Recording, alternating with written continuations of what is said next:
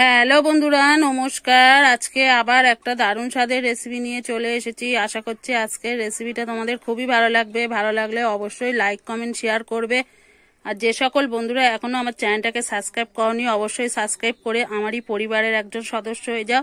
তাহলে চলো আজকে দারুণ স্বাদের রেসিপিটা শুরু করা যাক। দেখো, এখানে কিন্তু আমি টক পালন নিয়ে নিয়েছি। এটা তোমরা চেনো কিনা জানি না। টক পালনের কিন্তু এরকম ফুল হয়, আর দেখো কিরকম ঝাংরা ঝাংরা। দেখেছো? আমি কিন্তু ভালো করে তোমাদের কাছ থেকে দেখিয়ে দিচ্ছি। এই টক পালনের পাতাটা কিন্তু এরকম হয়। দেখো, তোমাদের দেখানোর জন্যই কিন্তু আমি এই শাকটাকে কাটিনি, তোমাদের দেখাবো বলে। আর অবশ্যই কমেন্ট করে জানাবে এই টক পালনটা তোমরা খেয়েছো কিনা। আজকে কিন্তু এই টক পালন দিয়ে, এই দেখো, এই চিংড়ি মাছ দিয়ে কিন্তু রান্না করব। আর এই টক পালনেরও কিন্তু চাটনি খাওয়া যায়। চাটনিটাও কিন্তু খেতে খুবই বন্ধুরা অসাধারণ লাগে। তাহলে চলো এই দারুণ স্বাদের কিন্তু রেসিপিটা দেখতে হলে প্রথম থেকে শেষ অবধি দেখতে হবে ভিডিওটা। তাহলে চলো আমি কি করে বানাই সেটাই কিন্তু তোমাদের দেখাবো। দেরি না করে আমি রেসিপিটা শুরু করি। সবার প্রথমে কিন্তু আমি চিংড়ি মাছটা কেটে বেছে নেব। শাকটাও কিন্তু আমি কেটে ধুয়ে গুছিয়ে নেব। দেখুন বন্ধুরা, আমি কিন্তু সবকিছু কেটে ধুয়ে পরিষ্কার করে নিয়েছি। তোমরা সেটা কিন্তু দেখে বুঝতেই পারছো। আমি কিন্তু এখানে টক পালনটা দেখো কেটে পরিষ্কার করে ধুয়ে নিয়েছি একেবারে। আর এখানে কিন্তু সব রকম সবজি আমি কেটে নিয়েছি। তাহলে চলো এবার উনুনটাকে ধরিয়ে নেব। আমি কিন্তু দেখতে পাচ্ছি উনুনটাকে ধরিয়ে নিয়েছি। এবারে কিন্তু কড়াই বসিয়ে দিচ্ছি।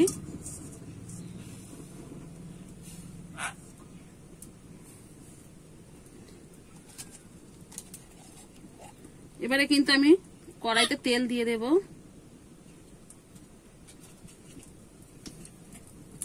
তেলটা কিন্তু আমার গরম হয়ে গেছে।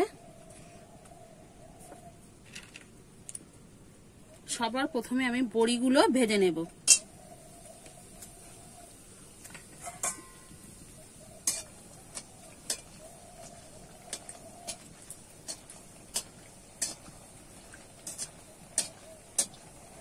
বড়িগুলো কিন্তু আমার ভাজা হয়ে গেছে, তুলে নেব। দেখো এরকম কিন্তু ভেজে নিয়েছি।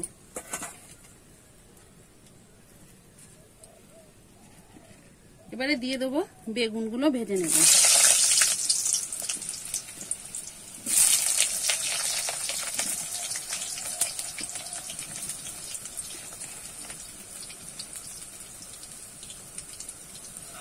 অল্প একটু হলুদ দিয়ে দেব।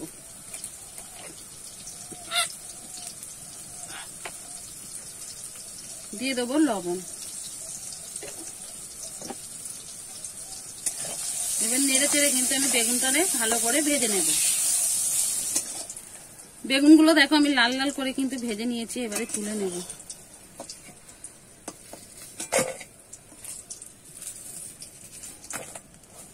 দেখো এরকম লাল লাল করে কিন্তু ভেজে নিতে হবে। এবারে কিন্তু নুন হলুদ মাখানো চিংড়ি মাছটা ভেজে নেব।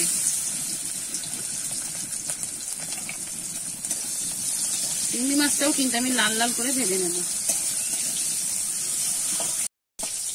আমার কিন্তু চিংড়ি মাছগুলো লাল লাল করে ভাজা হয়ে গেছে। এবারে তুলে নেব। দেখো এরকম কিন্তু চিংড়ি মাছগুলো ভেজে নিতে হবে। ওই তেলেতেই কিন্তু একটা শুকনো লঙ্কা আমি ফোড়নে দিয়ে দেব। আর দিয়ে দেবো দেখো 5 ফোড়ন। ফোড়নটা কিন্তু আমি ভালো করে ভেজে নেব।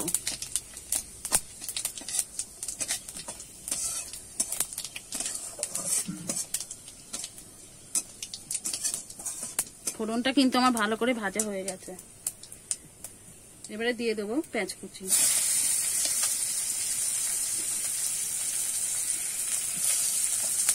পেঁয়াজটা আমি ভালো করে ভেজে নেব। পেঁয়াজটা কিন্তু দেখো আমার কিন্তু অর্ধেক ভাজা হয়ে গেছে। এবারে দিয়ে দেবো কেটে রাখা আলুটা।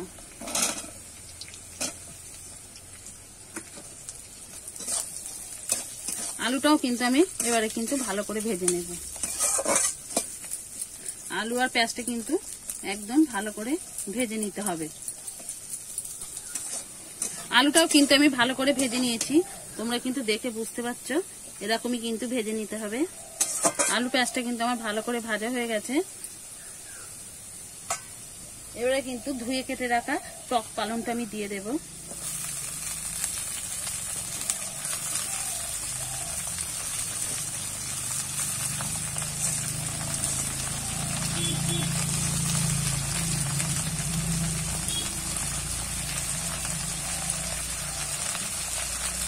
এবারে একটু নেড়ে চেড়ে নেব।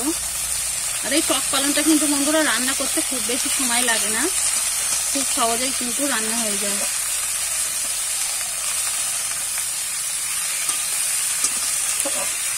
এক্ষুনি কিন্তু আমি লবণটা দিতে যাব না, শাকটা কিন্তু অনেকটাই কমে যাবে।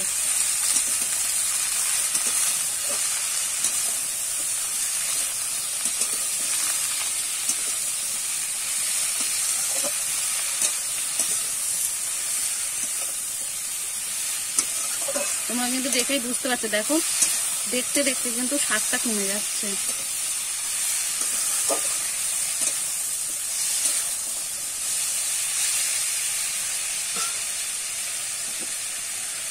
শাকটা কিন্তু এখানে ঢাকা দেওয়ার দরকার নেই, খুব সহজেই কিন্তু শাকটা নরম হয়ে যাবে।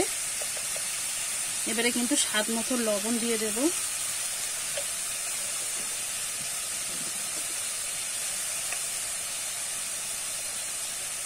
দিয়ে দেবো হলুদ গুঁড়ো।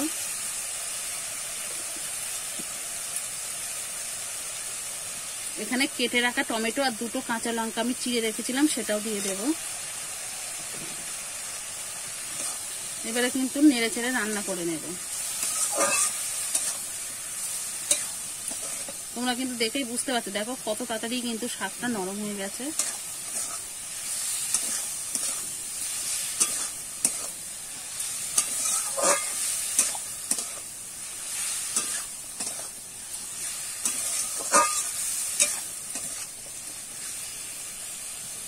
দেখো শাকটা কিন্তু খুব সহজেই কিন্তু রান্না হয়ে যায়, খুব বেশি কিন্তু সময় লাগে না। আর দেখো ডাঁটাগুলো কিন্তু আমার সিদ্ধ হয়ে গেছে।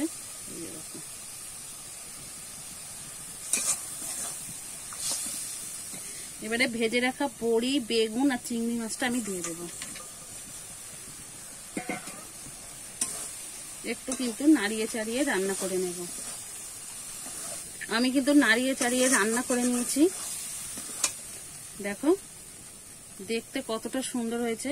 আর আমি কিন্তু আজকে টমেটোটা গোলাবো না, গোটা গোটাই রেখে দেব।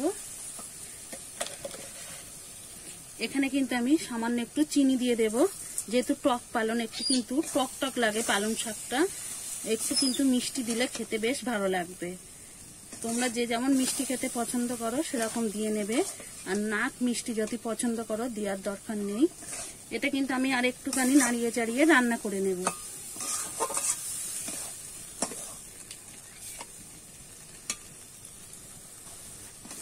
আমি কিন্তু নাড়িয়ে চাড়িয়ে বেশ কিছুক্ষণ ধরে নাড়িয়ে চাড়িয়ে কিন্তু রান্না করে নিয়েছি। আর কিন্তু রান্না করতে লাগবে না, আমার একদম কিন্তু টক পালনটা রেডি হয়ে গেছে। এবারে কিন্তু আমি নামিয়ে নেব।